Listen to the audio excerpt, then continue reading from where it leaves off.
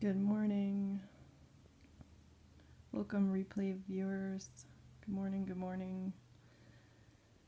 This is Lindsay Murdoch, lindsaymurdoch.com, coach for sensitive women. Good morning. Here I am, really very, very morning-ish.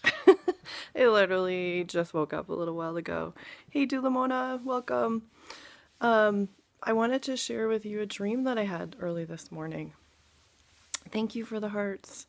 Welcome, viewers. The dream that I had, as dreams are, a little bit on the strange side, but it had a ton of insights for me, and I wanted to share the story of the dream as well as the insights that I was able to glean afterwards. So in the dream, for some reason, I was in New York City, which is very odd. Not a place I would choose to go, I don't think.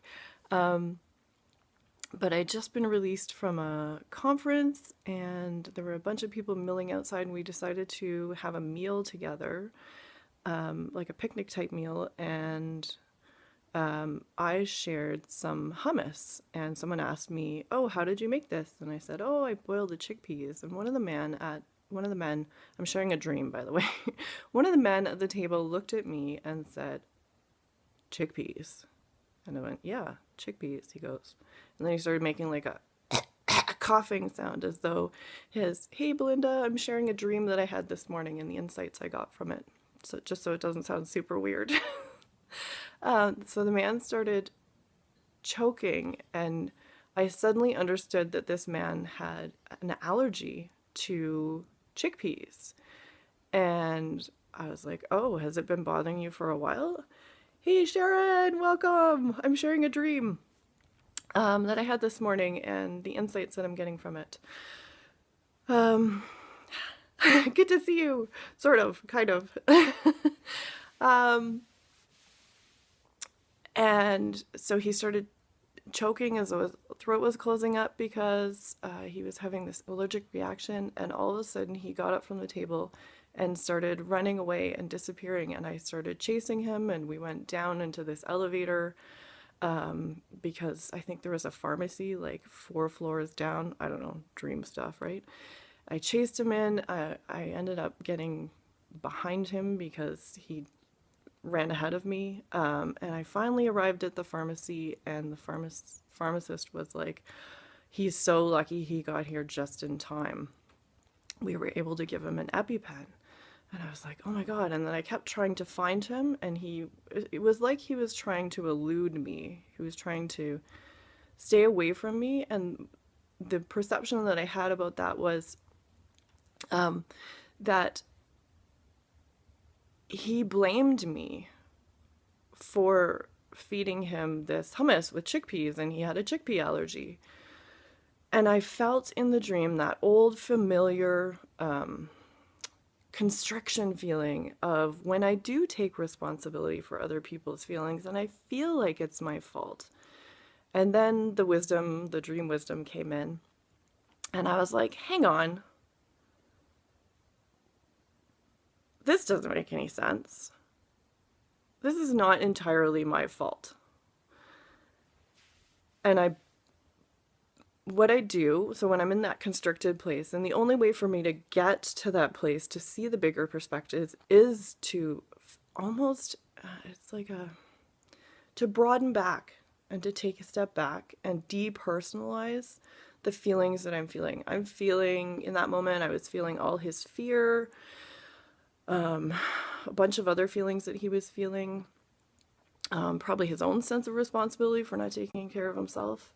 Anyways, so yeah, in the wisdom, it was almost like another version of me, the wise version of me came in and said, "Hang on, this isn't all your fault, Lindsay. He is a grown man. If he knows that he has a chickpea allergy, it is his responsibility to be like, 'Hey, does this food have any chickpeas in it? Because I have a life-threatening chickpea allergy.'" And then when he realized he was having a reaction, it was also his responsibility to say, "Hey, I'm having a big reaction. I need to get an EpiPen." And then it needed to be his responsibility to be like, "I don't have one with me," instead of just disappearing. So it was I've been doing a deeper level, a deeper layer of work of untangling this habit of mine of taking responsibility for other people's feelings. And the moment that it often happens for sensitive people and for empathic people is that moment when you feel the other person's fear and we feel their own sense of like, oh my God, why don't I have my EpiPen? And we take on those feelings as ours, and it takes that moment of broadening back and being like, removing yourself from it a little bit, and then bringing that logical, analytical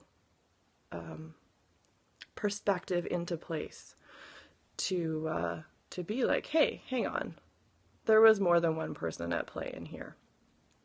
You know, and holding it really lightly. Could I have done more and stopped him from running away so that he didn't end up going down the elevator on his own? Sure. Yep. That would have been a more responsible version of care, just as a fellow human being. But it was that moment of a disorientation. And I've learned to become very, very forgiving of myself, that as an empathic person, that initial wave of the other person's fear and terror and panic is very disorienting to me.